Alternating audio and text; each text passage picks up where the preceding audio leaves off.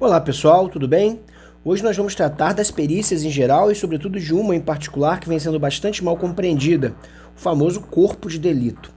Efetivamente, o exame de corpo de delito é uma das perícias mais famosas da polícia técnico-científica. Dentre os vários laudos que podem ser produzidos, o exame de corpo de delito é aquele que mais frequentemente pode ser referido como a prova material de uma agressão ou de uma lesão, né? O exame de corpo de delito, ele, na verdade, tem uma concepção teórica bem mais abrangente do que essa, que é utilizada no jargão cotidiano da polícia técnica e do fórum em geral, que é efetivamente o papel de designar todo e qualquer vestígio que se refira à materialidade do delito. Então a gente vai chamar de corpo de delito todo e qualquer vestígio que se refira a materialidade delitiva, ou seja, vestígios materiais da ocorrência do delito. Não é? Manchas de sangue podem não significar nada, mas elas podem servir como prova material da ocorrência do delito. Se elas forem submetidas à perícia e encontrado ali o DNA de uma pessoa desaparecida. Né? O caso em que nós tivemos mais famoso nesse sentido foi o caso do homicídio da Elisa Samúdio, né? Ela foi assassinada e efetivamente o seu assassínio se deu em um contexto em que não havia o corpo. No entanto, haviam provas materiais da ocorrência de um crime, né? E muito interessantemente, nós chamamos de corpo de delito então todo exame que se faz acerca do vestígio de um crime. E o artigo 158, no caput, né, já que ele sofreu grandes transformações com o advento do pacote anticrime, né?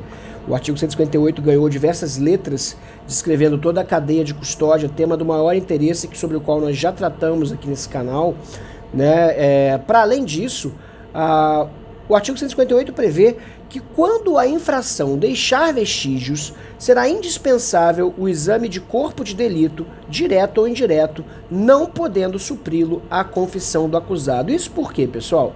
Porque a confissão do acusado, ela faz prova, né, ou pelo menos indica, num primeiro momento da investigação, a autoria do delito, mas a prova material do delito, quando a infração deixa vestígio, ela somente se opera a partir do exame de corpo de delito direto ou indireto. Nós já vamos tratar sobre o que é esse grau de aproximação do exame de corpo de delito, né? E parágrafo único, dar-se-á prioridade a exame de corpo de delito quando se tratar de crime que envolva violência doméstica e familiar contra a mulher, violência contra criança, adolescente, idoso ou pessoa com deficiência. Pessoal, importante considerar então nesse primeiro momento, exame de corpo de delito é exame sobre vestígios materiais do crime.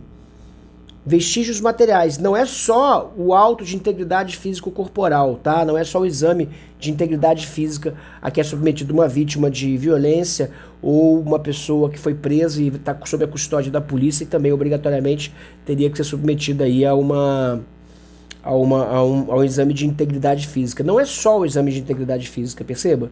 É efetivamente a elaboração pericial de um laudo sobre o vestígio encontrado da prática de um crime. Isso que é o corpo de delito, né? Interessante notar que esse exame nem sempre vai ter o nome de corpo de delito, né? Para efeito de lesões corporais leves, por exemplo, o boletim de atendimento médico, por força da Lei 9.099, ele já tem o condão de funcionar como prova material do delito, né? Já tem esse condão. Um outro aspecto muito fundamental de se tratar se refere ao artigo 167, que vai tratar daquela situação em que os vestígios materiais do delito desapareceram. Salvo engano, também o caso em que foi artigo que foi invocado na fundamentação da acusação contra Bruno no caso da Elisa Samúdio, né? Não sendo possível o exame de corpo de delito, por haverem desaparecido os vestígios, a prova testemunhal poderá suprir-lhe a falta. É interessante porque, de certa maneira, esse artigo 167 ele vai permitir o alcance maior desse exame pericial quando os vestígios estiverem desaparecidos, porque há efetivamente possibilidades de eliminação de vestígio, né? Um criminoso cuidadoso que tenha tempo de preparar o delito, ele poderia simplesmente se esquivar da responsabilidade ou mesmo da prova material do delito se ele tivesse tempo de preparar uma cena do crime, né? E retirar e remover os elementos da cena do crime, e aí efetivamente prejudicando todo o trabalho pericial derivado daquele primeiro momento, comprometendo aí a custódia ou a cadeia de custódia desde o seu início, né? Não poderia ali haver trato de outros elementos. Imagine só o que teria acontecido se aquela mancha de sangue tivesse sido limpa do carro do Bruno, no caso do homicídio de Elisa Samúdio, né?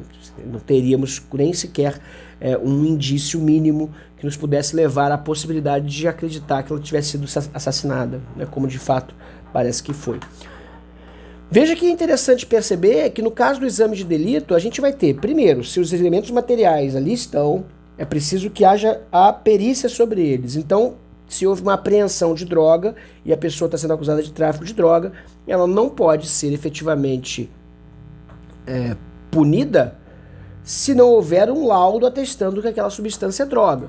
Exame pericial fundamental, por quê? Porque quando a infração deixar vestígios, ela deverá efetivamente ser submetida ali ao exame de corpo de delito, ou seja, a perícia cabível. Não é só a perícia chamada exame de corpo de delito, a perícia cabível à espécie na análise daquele material que vai efetivamente ser não outra coisa senão a materialidade do próprio delito.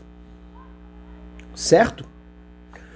Por outro lado, se os vestígios estiverem desaparecidos, a gente vai tratar efetivamente do corpo de delito indireto, hipótese em que a prova testemunhal poderá suprir-lhe a falta. Agora, se não existe prova testemunhal e nem desapareceram os vestígios, porque nunca foram encontrados e efetivamente a infração é o tipo de delito material, ou seja, crime que deixa vestígio, a gente não pode falar na ocorrência do crime por ausência de prova da sua materialidade. Essa seria uma investigação ou uma ação penal natimorta pela ausência total de justa causa.